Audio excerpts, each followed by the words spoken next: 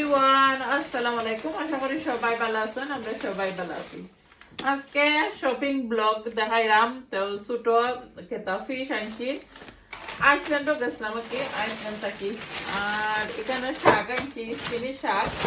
Spinach শাক তিনটা কিনলে 5 পাউন্ড।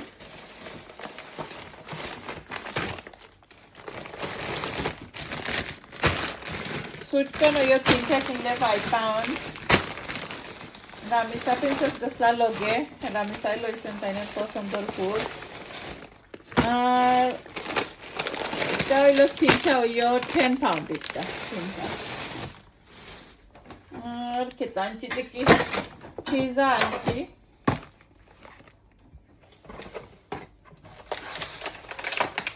এন্ডা আনছি, এন্ডা সবসময় আমার বাসার সবসময় লাগে।